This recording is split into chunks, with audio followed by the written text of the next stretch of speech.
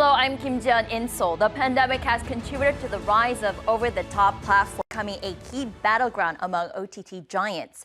So what lies ahead for South Korea and its streaming landscape amid a gold rush for Korean content? That's our top of the points.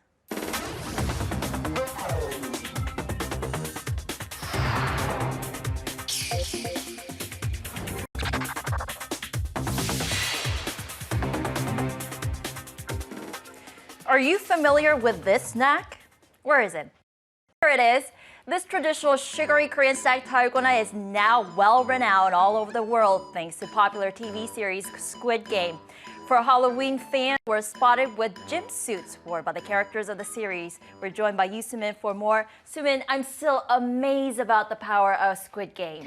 And you're the only one here. Fans from all over the world were quick to share some of the features that are quite intrinsic to us South Koreans. And that's thanks to over-the-top market or OTT platforms that provide digital streaming services like Netflix. Well, Netflix's expansion in South Korea dates back to 2006, but its wide appeal among viewers in Korea and in other parts of the world have been accelerated by the pandemic that induced stay-at-home practices. In fact, the number of OTT app users in Korea spiked by 38% in September this year compared to the same period last year. But it has sharply increased, especially after the success of dystopian series, The Squid Game. The number of Netflix app downloads sharply doubled to reach more than 1 million users in South Korea just over a course of a month. And the economic benefits were massive.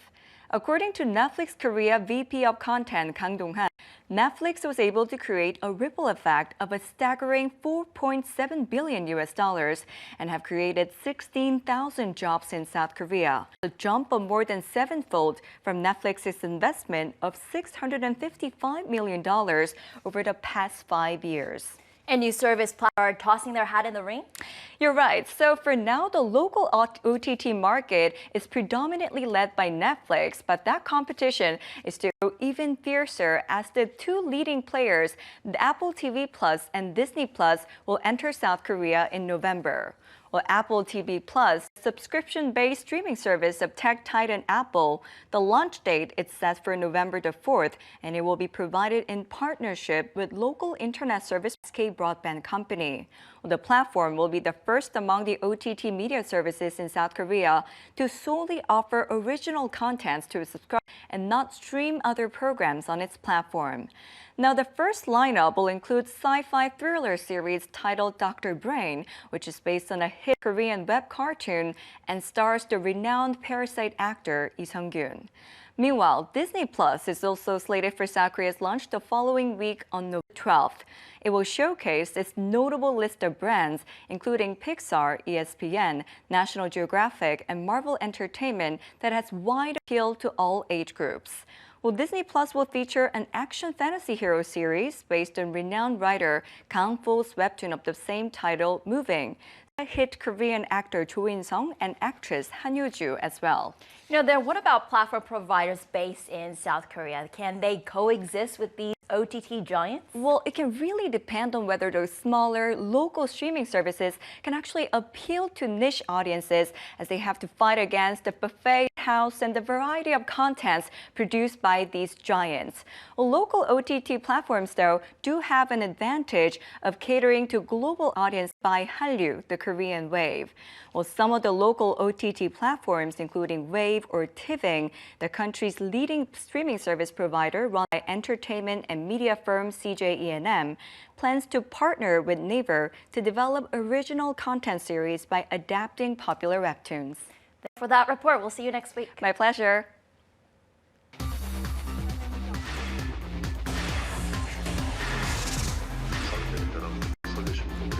Korean content is making waves worldwide on the back of OTT platforms. 그런 잔인한 수위가 사실 공중파에서는 거의 불가능했었구나. 사극의 좀비까지 들어오니까 제작비적인 문제도 굉장히 약간 좀 거의 불가능할 거라고 생각을 했었는데. The search for the next Korean content is. The new gold rush of foreign OTT platforms revolves around the creation of original Korean content. What is the status of Korean content makers and providers in the global streaming service? We discuss the future of Korean content and OTT platform providers. For an in-depth analysis of OTT giants' race to the top, I invite three experts. Professor Kenneth Kim of Culture Contents at Hanyang University on my right. Good to have you on the show. Thank you. I also invite Professor Lee Giren, Deputy Economics at Seoul National University via Zoom. Last but not least, we're joined by Director Alejandro Rojas at Parrot Analytics. He's joining us via Skype from New York City. Welcome, Professor Giren, Director Rojas. Great to have you gentlemen on the show. Thank you. Great to be here.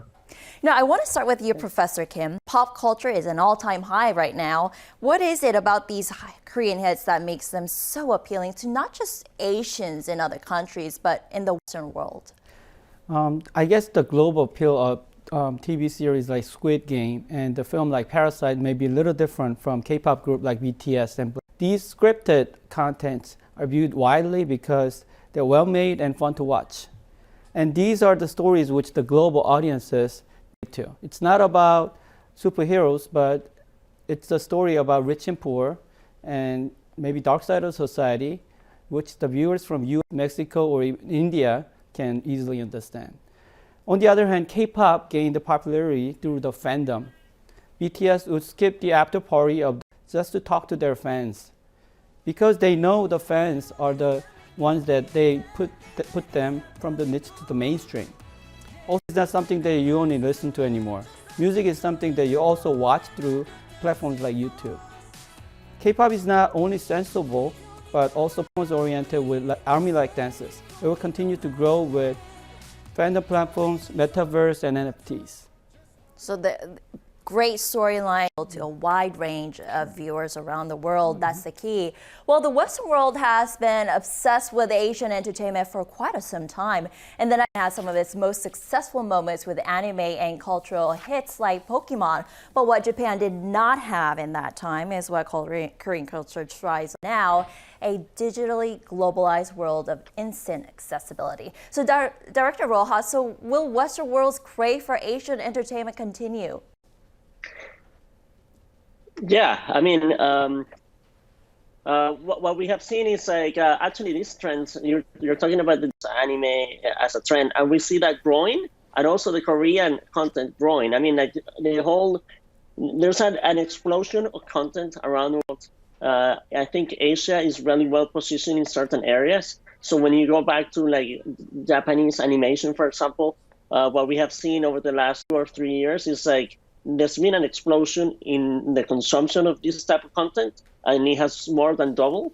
So you see that there's growth there, but the Korean content, which is it's not so much animation, we're talking more like Korean dramas and like shows like the Squid Game. And then those are growing really fast. It's actually growing even faster than Japanese. So really like this is like a trend that we have seen over time. We have seen like how like this content has been conquering markets on a global scale. And that makes, there's a lot of room to keep growing, because at the end of the day, what we have seen is like this type of content are finding audiences beyond like the Asian population.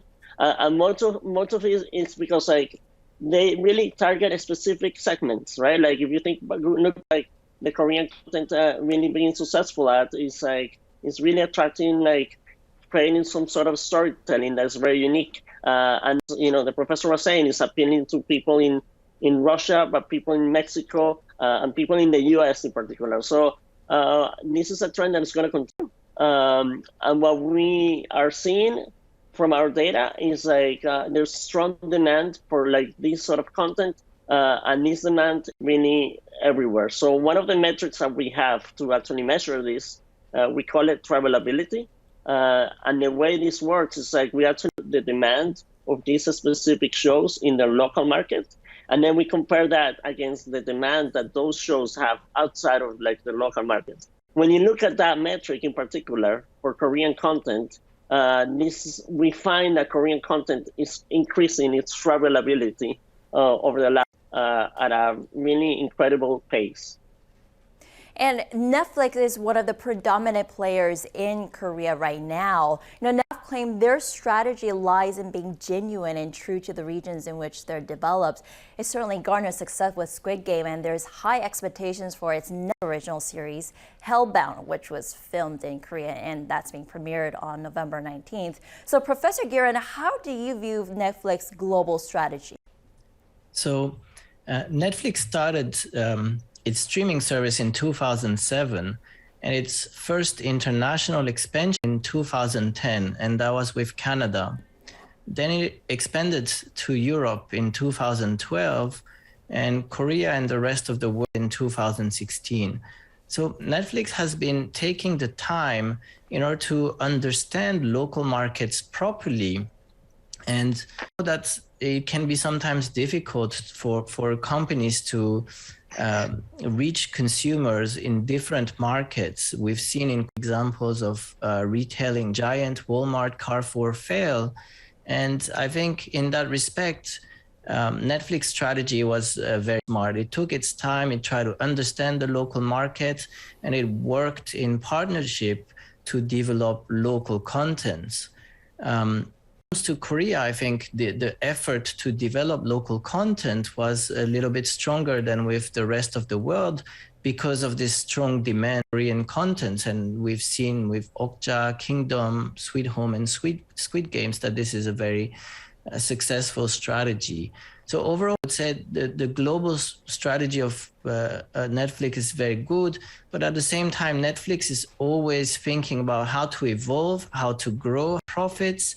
And we've seen that actually yesterday with the launch of their gaming platform. They are always thinking, what is the next move?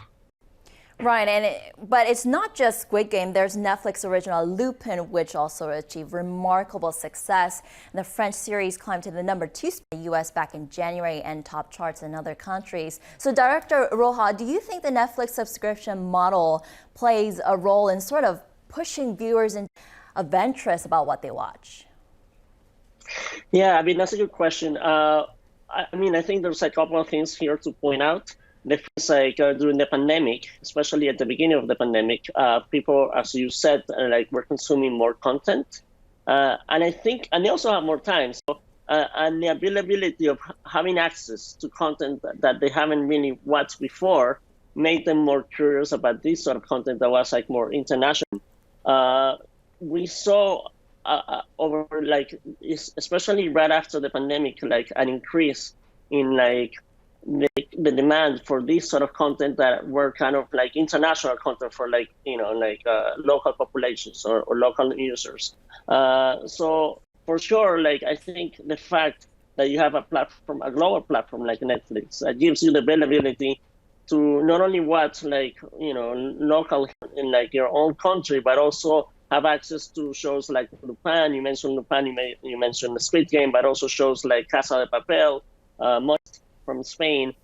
Essentially gives you access to world creators that are really creating amazing stories. And I think with that, I think humans we are prone to pick up habits as we see that something. So once you start exploring shows that go beyond your natural exposure of shows, then you become more curious, you become curious, and then this becomes part of your habit. So now I think if you look back maybe 3 years ago, you would talk to people in the streets. It wouldn't be as usual for people to kind of comment about a show that wasn't from their local country. Now it's something that we would expect. I was just watching content from all over the world.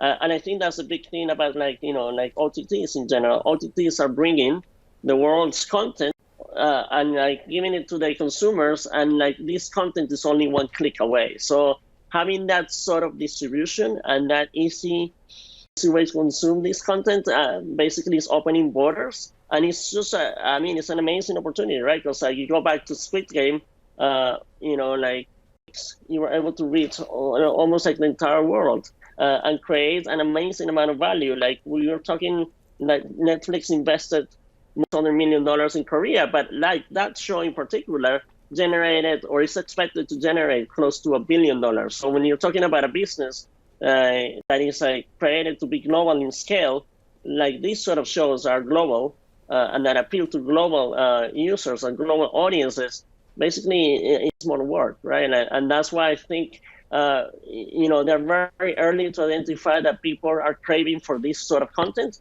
People are open to good storytelling, no matter where this storytelling is coming from. Right. I mean, we'll talk about the business aspect a little bit later, but what you just said reminds me about a famous quote. Parasite director Bong Joon-ho said it so beautifully at the Oscars that audiences have to get over the one, enjoy a whole another world of entertainment. And we're seeing that at an incredible scale already by watching on various OTT platforms. So, Professor, in your view, did the world fully overcome one of its major barriers in foreign television? Sure, I believe so. We are more used to watching TV series and films with subtitles and dubbing, but maybe U.S. audience may not be all that used to watching foreign contents with subtitles. Even Hollywood is becoming very diverse in terms of actors and staff. And stories, on the other hand, are sourced from all over the world now. And other than Squid Game, you already mentioned the Lupin and the La Casa de Papel, and they're not made from the U.S. But there are definitely a cultural discount because of the languages and cultures. But good, relatable stories would attract the audience from all over the world. So I think story than the dubbing and subtitle. Right. So back to the business aspect, I want to ask Professor Guerin, what's your strategy? There are, I bet, a lot of strategies about OTT platforms, but what's your strategy recommendations for OTT platforms based in South Korea that have yet to reach the mainstream? At the moment, this is a very fierce period in Korea. OTT platforms are fighting hard to acquire users and build very strong networks. And this can be perceived. But its wide appeal among viewers in Korea and in other parts of the world have been accelerated by the pandemic that induced stay-at-home practices.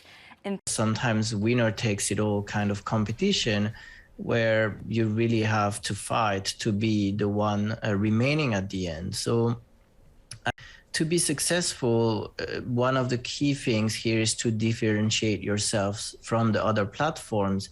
And this is what companies like Netflix are doing by producing local content. You're offering something that cannot be found on other platforms. And differentiation is really one of the keys of being successful and gaining market power. But it's not always working. And we're, for example, with Apple TV Plus, even though it's producing a very successful show, Ted Lasso, we're seeing difficulties in retaining members beyond their sort of free trial period. So differentiation alone and local content is not enough. A very important thing in Korea would be to benefit from existing networks. So we've seen from Amazon had a big network of Prime user and launched Prime videos to its users. We're seeing Coupang doing the same thing, launching Coupang Play for its WOW subscribers, and probably those kind of benefiting from existing networks, partnering with mobile providers and other sort of network providers is going to be also an important way to gain markets. Professor Guerin said it's going to be really difficult to fact, the number of OTT app users in Korea spiked by 38% in September this year compared to the same period last year. But it has sharply shaped culture content. Do you agree with this? Sure. I mean, it may be difficult, and still, but some things may be relatable between different cultures. Something may never be able to be transferred. So I do agree. You agree. So any recommendations? Asians? For local OTT platforms to survive in this fierce competition? Yeah, just speaking a little bit about local OTT. Korea is one of the few countries where the local OTT has a meaningful market share. Yes, still dominated by global OTT like Netflix. But as you can see, Netflix invested over $650 million during the last 5 years. and invested over $460 million just this year alone in Korean contents. It'll be almost impossible to match that from Korean local OTTs to invest in local contents. But still, well-made contents will be the key to success for these local OTTs as well. Wave TV and KT Seasons also announced to expand the making killer contents and franchise contents will be the formula for success. But in order to have economies of scale, these local OTTs may go abroad. So we may even see some local services in Japan and US starting next year. Local OTTs need to work closely with the partners. So Wave will continue to work with the terrestrial televisions and SKs, and TVING will continue to work with JTBC and Naver. But sourcing good stories, especially after the success of dystopian series, The Squid Game. The number of Netflix app downloads sharply doubled to reach more than 1 million. As well, so maybe webtoon platforms such as Naver Webtoon and Daum Webtoon may be a meaningful strategy to tap on. So we'll see how this collaboration. The main source of revenue of OTT platforms currently relies on subscription and advertisement. But with further expansion, we'll see how this current model will change. But another dark side of the success of Squid Game has recently led to legal disputes in South Korea regarding should take on the spiraling cost of Netflix, the network traffic estimated around $85 million per year. So Netflix is free riding on broadband networks in South Korea while it pays traffic fees in the US and France. So in fact, Disney postponed its South Korea launch by 2 months after Netflix lost in a lower court ruling. Professor Giran, how would this controversy impact foreign streaming providers doing business in South Korea? This is a very complicated issue, I think, that touches to a very important thing, which is net neutrality, which is in America important. Now, the problem is that in Korea, things are not done in a similar way. In Korea, Naver, Kakao, they've been paying internet service providers for the traffic. In the rest of the world, this is not common, which doesn't mean that Netflix is not paying any cost. So Netflix is paying for interconnection fees to internet service providers. It's also paying users in South Korea just over a course of a month, and the economic benefits were massive. According to Netflix Korea VP of Content Kang Dong-han, service of content distribution networks who themselves pay the internet service providers. And in a way, what the internet service provider is doing is providing the content in what we call the last mile, which is bringing the content to the consumers and the consuming for this service. So one of the controversies is, well, if you ask Netflix to pay for increasing cost, and by the way, the traffic generated by Netflix in South Korea is estimated roughly 5% of the internet traffic. If you're asking Netflix to pay, you're basically asking, you're getting double paid from consumers who are paying for your service, and then you're paying for Netflix to bring their content to your consumer.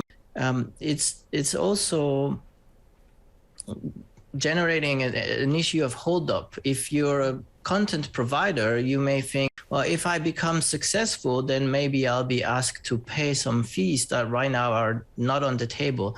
So it's a little bit difficult to say what's going to happen related to this, but I think there is legitimate reasons for content providers to be concerned about this decision.